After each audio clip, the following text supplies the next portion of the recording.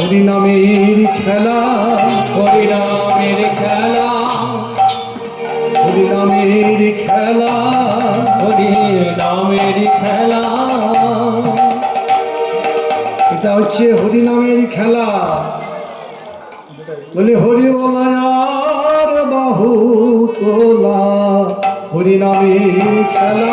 ওই হরি বলার বাহু তোলা, হরিনামের খেলা। হরি বলায়ার বাহু তোলা, হরিনামের খেলা। হরি বলার বাহু তোলা, হরিনামের খেলা। হরি বলায়ার বাহু তোলা, হরি হরি হরি হরি বলে হরিবলার বাহু তোলা, হরি হরি হরি বলে হরিবলার বাহু তোলা, হরি হরিবলার বাহু তোলা, হরি হরি হরি বলে হরিবলার বাহু তোলা, হরি হরি হরি বলে হরিবলার বাহু তোলা, হরি হরি হরি আর হরি নামের খেলা।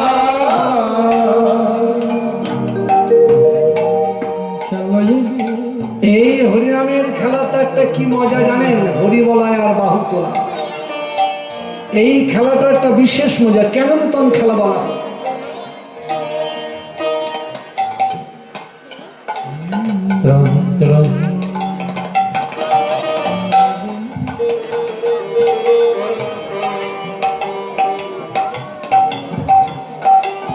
এই খেলাকে নূতন খেলা কেন বলা হলো জানেন? আগে বললাম যে অন্যান্য খেলাতে দুটি পক্ষ লাগে, কিন্তু এই খেলাতে কোনো পক্ষ লাগে না। আপনি ঘরের মধ্যে বসে বসে একা একাই খেলতে পারেন। এই যে আপনারা এসেছেন, এটা কিন্তু এখন খেলা চলছে, তো লক্ষ লক্ষ ভক্ত নিয়েও খেলতে পারেন, আবার ঘরের কোণাতেও বসে খেলতে পারেন। এই খেলার আর একটি কি মজা জানেন? উনি হারতে কেউ খেল, সবাই জিতে, উনি কেউ হারে না, সবাই যেতে। কেউ হারে না, সবাই যেতে। কেউ হারে না, সবাই যেতে। কেউ হারে না, সবাই জিতে। যারা হরি নামে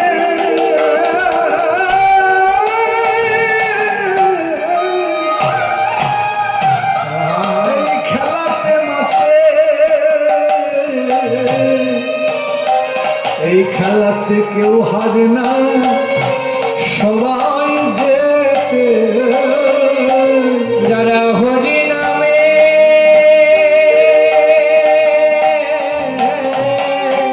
খেলাতে মাতে, হরি নামের খেলাতে মাতে। দাঁড়িয়ে দাঁড়িয়ে কৃষ্ণ প্রাপ্তির পথে, যারা আমার হরি নামে খেলাতে মাতে। দাঁড়িয়ে কৃষ্ণ কৃষ্ণ প্রাপ্তি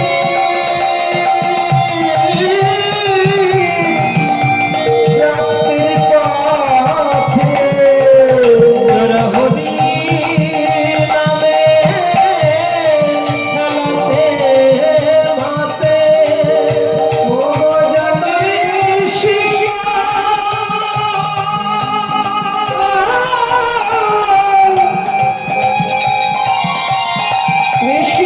প্রাপ্তির পথে, যারা হরি নামে খেলায় মাতে। ও জানিলে কৃষ্ণ প্রাপ্তির পথে, হরি নামে খেলায় মাতে। জানিলে কৃষ্ণ প্রাপ্তির পথে, হরি নামে খেলায় মাতে।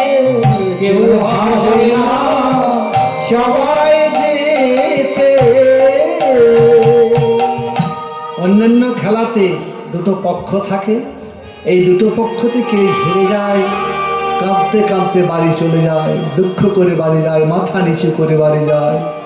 কিন্তু হরিনামের খেলাতে যদি কোনো ভক্ত মেতে যায়, কোনো সাধু গুরু বৈষ্ণবের অপার অনুকম্পা পেয়ে কোন ভাগ্যবান ভাগ্যবতী এই খেলাতে যদি মেতে যায় তাহলে কোনোদিন তার হেরে যাওয়ার ভয় থাকে না, সবাই যেতে।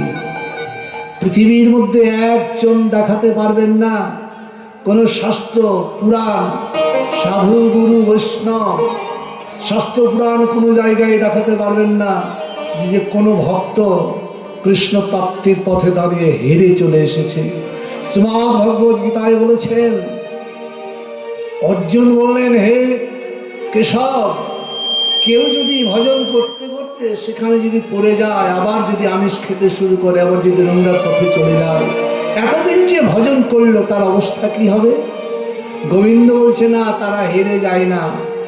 এই জন্মে যতটা করেছে পরজন্মে সেইখান থেকে তার আবার ভজন শুরু হয়ে যায়। তাই গৌরে হরি বল, হরি বল। অতএব কৃষ্ণ প্রাপ্তির পথে দাঁড়িয়ে কেউ কোনোদিন হেরে যায় না, সবাই যেতে। এই খেলার আর একটা কি মজা জানেন?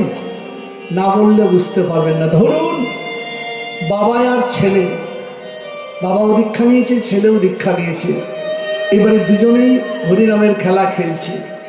এক জায়গায় বসে দুজনেই খেলাটা খেলছে, বাবা আলাদা খেলছে, ছেলে আলাদা খেলছে। খেলতে খেলতে তাদের যখন ভাবতরঙ্গ বেশি হয়ে উঠে যায় তখন কি হয় জানেন? কত পিতা ধরে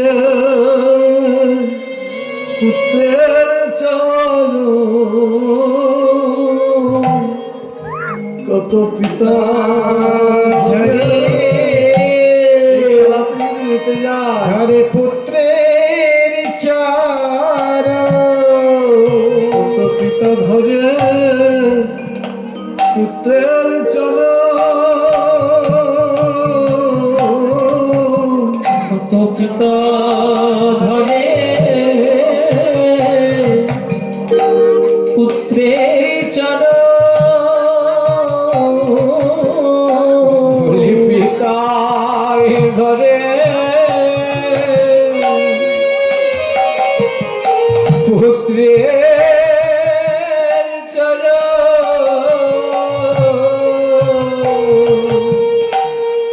কত পিতা ধরে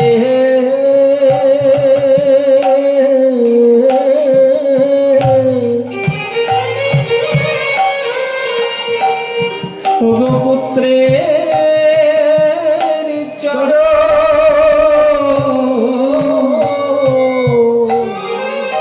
তাদের ভাবিত রঙ্গ উঠে যখন, কত পিতা ভাবে পুত্রের চরণ, ভগভক্ত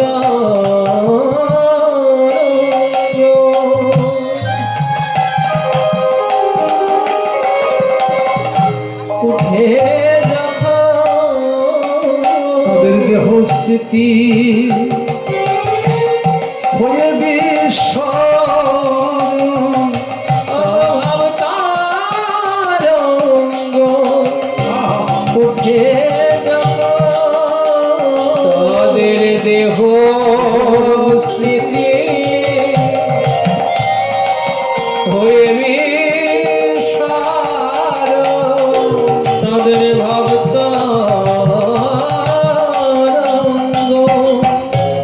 উঠে যখন তাদের দেহ স্থিতি হয়ে বিস্ময়, ভাব তরঙ্গ ভাব তরঙ্গ যখন দেহ স্থিতি হয়ে বিস্ময়, পুত্রের চরণ। কোন খেলাতে দেখেছেন যে বাবা ছেলের চরণ ধরে? একমাত্র হরিনাম চরণ, হরিনাম খেলাতে দেহস্থিতি ভুলে গিয়ে বাবা ছেলের চরণ ধরে হাও হাও করে কাঁদে। শুধু তা নয়, ওই খেলাটার প্রেমতরঙ্গ যদি একটু যখন বেড়ে যায় তখন দেহস্থিতি বাচ্যস্থিতি হারা হয়ে গিয়ে করে ধরা ধরি আর জরা জরি, করে ধরা ধরিয়ার জরা জরি, ধরা ধরা ধরি আর জরা জরি, করে ধরা ধরিয়ার জরা জরি, ধুলাই পড়ে যায় তারা জরা জরি, ধরা ধরিয়া জরা জরি, গলায় পড়ে তারা পরে গড়া গড়ি, তারা ধুলাই করে গড়াগড়ি দেয়, বাহ্যস্থিতি জ্ঞান হারা হয়ে গিয়ে। এই হচ্ছে বিনোদ খেলা। বিনোদে খেলা খেলতে খেলতে হঠাৎ পশ্চিম দিগন্তে নয়ন পড়ল। যেই পশ্চিম দিগন্তে নয়ন পড়েছে অমনি বেলায় অবসান হেরি প্রভু গৃহেতে চলিলাম, গৃহেতে চলিলা আর জননীর চরণে আজকি প্রণাম করিলাম। প্রণাম করিলা, নিজে আচরি ধর্ম জীবের শিখায়, আচরণ না করলে ধর্ম জীবে শিখানো না যায়। গৌর হরি আমার নিজের মাকে এসে প্রণাম করছেন। মাকে এসে প্রণাম করে বলছে, মা তুমি আমাকে একটু আশীর্বাদ করে দাও মা, আমি তোমার কাছে কিচ্ছু চাই না মা, একটু আশীর্বাদ করে দাও যেন আমি কৃষ্ণ ভজন করিতে পারি। কৃষ্ণ ভজন করতে পারি, এই আশীর্বাদ করো গো, কৃষ্ণ ভজন করিতে পারি। এ আশীর্বাদ করো আগো, ওই চরণে এই মিনতি, আশীর্বাদ আগো, ওই চরণে মিনতি, আশীর্বাদ করো আগো, যেন কৃষ্ণ ভজন করিতে পারি। দেখুন জগৎকে শিক্ষা দিচ্ছেন কে? জগৎ প্রণম্য গৌর হরি, অনন্ত কোটি বিশ্ব ব্রহ্মাণ্ডের যিনি একমাত্র আধার। অন্ত কৃষ্ণ বহিত গৈরিং দর্শিতঙ্গাদিমাই ভবম কলৌ সংকীর্তন স্ম কৃষ্ণ চৈতন্য মস্তিবা। অন্তরে যার কৃষ্ণ কান্তি, উপরে রাধা, অঙ্গের বেড়া দিয়ে ঘেরা, সেই গোবিন্দের গো আর রাধার রা, দুই তত্ত্ব নিয়ে হয়েছে গোড়া। সেই গৌর সুন্দর মাকে প্রণাম করে জগৎকে জানিয়ে দিচ্ছে, দেখো জগৎ, কালিকার থেকে ভগবতী দুর্গা শিব, এই মাটির প্রতিমাকে প্রণাম করতে করতে কপালের চামড়া ছিঁড়ে দাও, কিন্তু জ্যান্ত মা, কথা বলা মা, সেই মাকে তোমরা প্রণাম করতে ভুলে গেছো। সেই মাকে তোমরা প্রণাম করো না। সেই মাকে যদি প্রণাম করতে পারো, স্বতন্ত্রভাবে আর কোনো দেব দেবীর সেবা করার প্রয়োজন হয় না। গৌর হরিব। আর সেই মায়ের নামে দুমুঠো ভাত জোটে না। বাড়িতে অ্যালসিসিয়ান ডুবারল্যান্ড কুকুর পুষছ, তার জন্য 500 টাকা করে খরচ, প্রতিদিন মাছ মাংস খাওয়াচ্ছ, দুধ খাওয়াচ্ছ। দুটো চাকর পুষেছ কুকুর পোষার জন্য, কিন্তু গর্ভধারিণী মা, দুঃখিনী মা, যখন তোমার অসুস্থ শরীর হয়েছিল, তুলসী তলায় গিয়ে আঁচল পেতে বলেছিল, গো মা, গোবিন্দা দেবী, ভগবান, আমার প্রাণ তুমি নিয়ে তুমি আমার ছেলেটাকে রক্ষা করো, বাঁচাও। সেই দরদিনী মায়ের জন্য এক মুঠো ভাত তো দূরের কথা, শুকনো মুড়ি জোটে না, একটা রুটি জোটে না। আর সেই মাকে ব্যথা দিয়ে তোমরা করতে যাচ্ছ দুর্গা সরস্বতী ভগবতীকে প্রণাম। জয় গৌর হরি বল, হরি বল। তোমাদের জীবনে ধিক, তোমাদের চৌবনে ধিক, তোমাদের ভজনে ধিক, তোমাদের টাকাতে ধিক, পয়সায় ধিক। কি হবে বাড়ি ঘরে? আজ যে বাড়িটাতে বসবাস করছো, দোতলা 5 তলা, হাতির দাঁতের পালঙ্কে, এটা তোমার ছিল না, এটা অন্যজনের ছিল। আজ তোমার হয়েছে, কিছুদিন পরে তোমাকেও চারখাটালাতে নিয়ে গিয়ে শ্মশানে পুড়িয়ে দিবে, এটা অন্যজনের হয়ে যাবে। অতএব বৃথা বস্তু নিয়ে কেন অহংকার করো?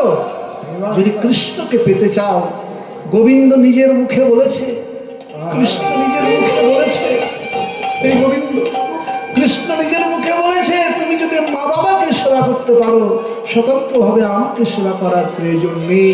মা বাবার চরণ তলে সেবা করলে তুমি আমাকে পেয়ে যাবে। নিতাই গৌর।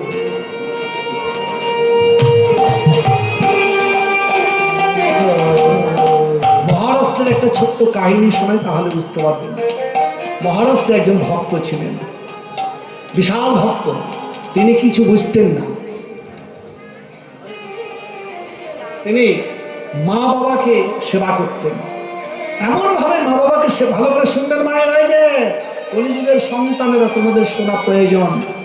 হ্যাঁ, শিবগাদ দিতে, এটা কি হলো, তারকেশ্বরে বাহক ঘাড়ে করে নিয়ে হাঁটতে হাঁটতে চলে যাও, জয় মা, জয় তারা, জয় তারা। ঘাড় ভেঙে যায়, তবুও জল ঢালতে যাও। কিন্তু শাস্ত্র বলেছে সব জল ঢালা ভণ্ডামি ছাড়া কিছু নয়। হ্যাঁ, জল, বাবা ভোলানাথ বলছেন, তুই যদি বাবা মায়ের ভালো করে সেবা করিস, আমাকে জল ঢালতে যেতে হবে না, তোর সেবা দেখতে আমি আসবো।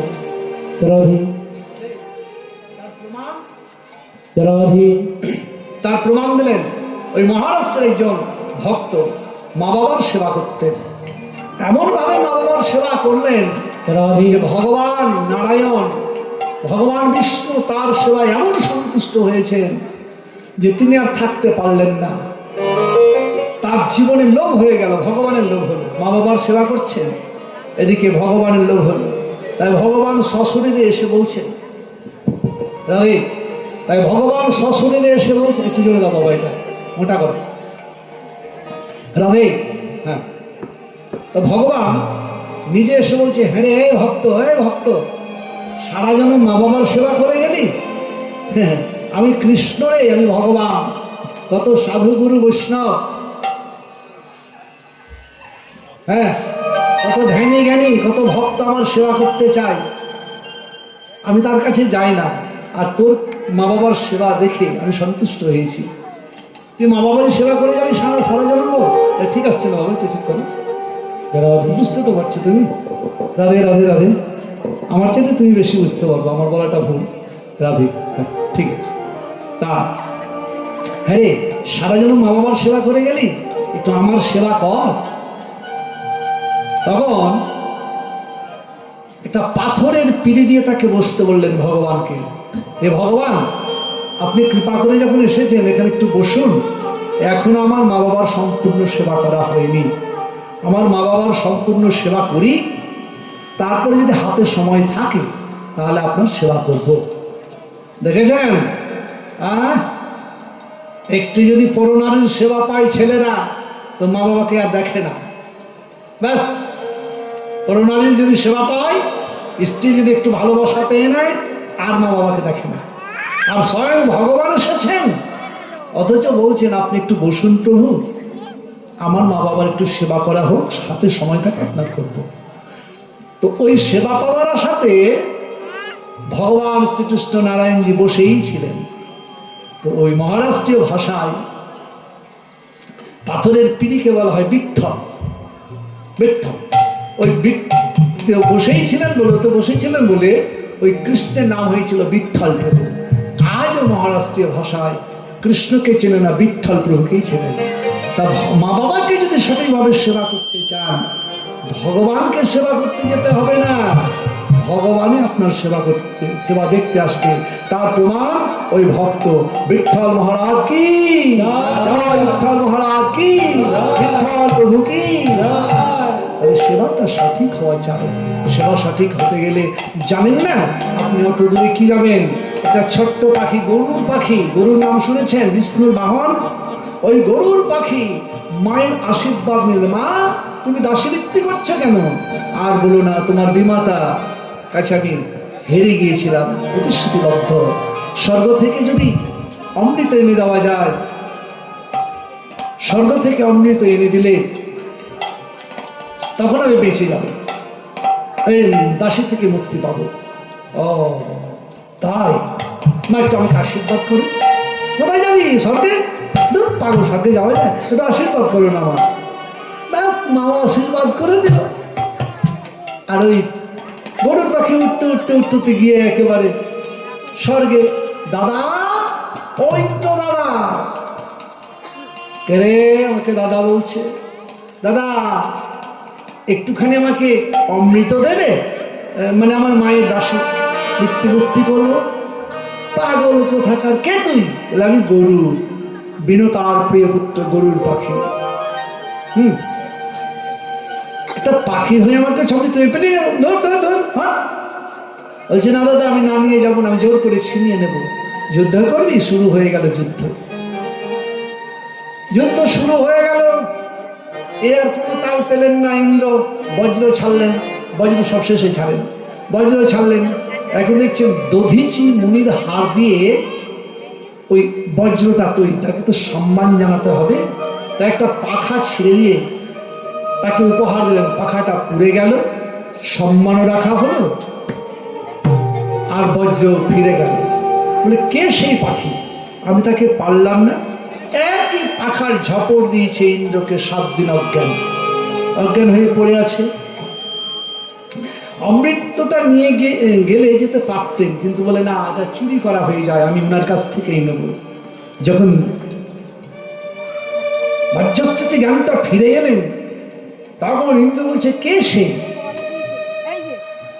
পাখিটা? কে? ধ্যান করে দেখছি, এরে আমি কেন, আমি কেন? স্বয়ং বিষ্ণু যদি আসে তার চক্র তো কাজ করবে না। কেন? তার মাথায় আছে মায়ের আশীর্বাদ। ওগো কলির সন্তানেরা, তোমরা ভালো করে জেনে নাও, মায়ের আশীর্বাদ যদি মাথাতে থাকে, তাহলে দেবতা কেন বিষ্ণুর চক্র পর্যন্ত কোনো বিপদে ফেলতে পারে না। আর সেই মাকে ফেলে দিয়ে হয় আমরা পাঠাচ্ছি বৃদ্ধাশ্রম, না ভিক্ষার মালাই দিয়ে রাস্তায় বসিয়ে দিচ্ছি, একবেলা দুটো এক মুঠো খেতে দিচ্ছি না। কোথায় যাবে আপনাদের এত পাপ অপরাধ? না, যেখান থেকে তুমি এসেছো তাকে আগে ভালোবাসতে শেখো। তাই বলছে মায়ের চরণে এসে প্রণাম করে বলছে, মা তুমি আশীর্বাদ করো, আমি যেন কৃষ্ণ ভজন করতে পারি। ধুলাই ধূসর অঙ্গ, ধুলাই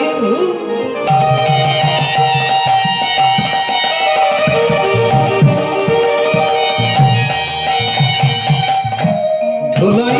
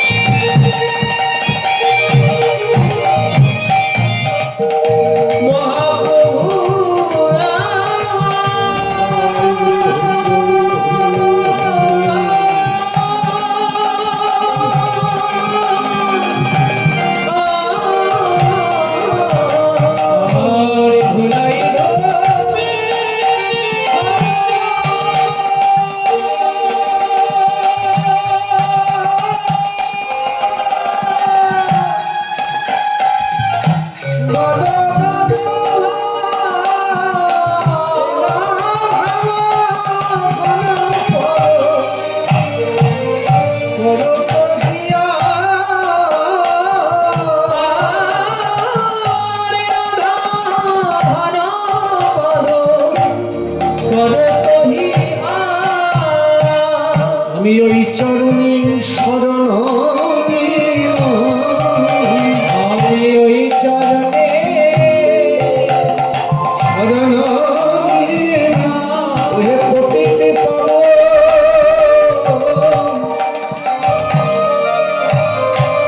গৌরী ঘড়ি, আমায় পতিতে বলে পাইয়েছে।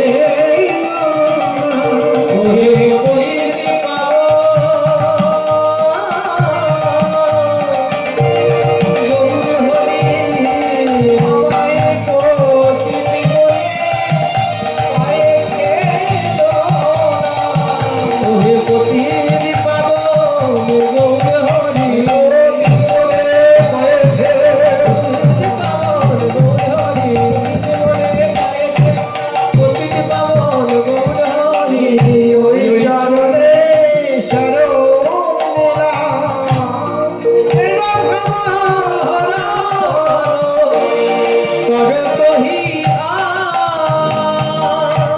একটু মানেটা বলি, তারপরে গিয়ে আমরা জামাল শুনবো, তারপরে কৃষ্ণলীলায় যাব। পতিত কথাটা বলা হয়েছে, তা পতিত মানেটা একটু জেনে নিই আমরা। পতিত মানে পাপী। সারা জন্ম পতিত হয়ে থেকে গেলি, একটু দীক্ষা নিয়ে কৃষ্ণ ভজন করলেন, তার মানে পতিত মানে পাপী। রাধে আবার পতিত মানে এই দেখুন একটা গামছা, এই হস্ত হইতে গামছাটা পতিত হইতো, পতিত মানে পড়ে যাওয়া। আবার অনেক সময় বলি, হ্যাঁ রে জয়ন্ত, তোর যে পূর্ব দিকে জমিটা পতিত হয়ে পড়ে আছে, চাষবাস করলি না, তা পতিত মানে দীর্ঘদিন থেকে কোনো জমি যদি চাষবাস না করে যায় তাহলে কি বলবেন? পতিত বলবেন তো নাকি? বলবেন তো পতিত? দীর্ঘদিন থেকে কোনো জমি চাষ না হলে তাকে পতিত বলবেন। আমাদের এই দেহটাকে কি বলা হয়? জমি।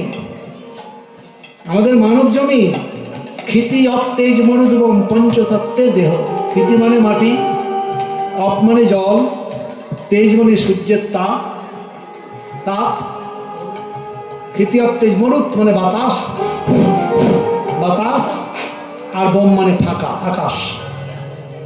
তা এই যে আমাদের পঞ্চভৌতিক দেহটা, তাহলে ক্ষিতি মানে মাটি, যার জন্য তো আমাদের বাংলার কবি রামপ্রসাদ সেন কি বললেন? মাগো ওমা, এই যে আমার মানব জমিটা পতিত হয়ে থেকে গেল, কৃষ্ণ কর্ষিত লাঙল দিয়ে একদিনের জন্য আমি চাষবাস করলাম না। এই পতিত জমিটা যদি আমি চাষ করতাম তাহলে কি হতো? সোনার ফসল ফলতো আমার মানব জমি, আমার মানব জমি।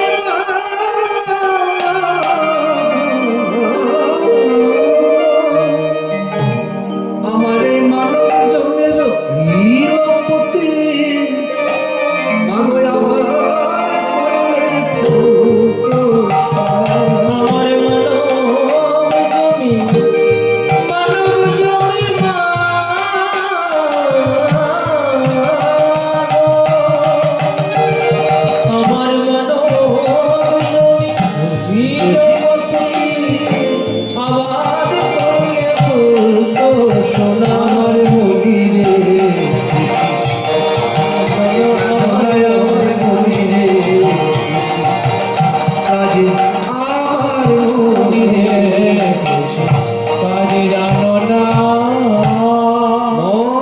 কৃষিকাজ জানলে না, এই কৃষিকাজ জানলে কৃষ্ণ কর্ষিত লাঙল দিয়ে আমার মানব জমিটা তুমি যদি চাষ করতে, সোনার ফসল ফলত। পরমে দয়াল শ্রী গুরুদেব না যে বীজ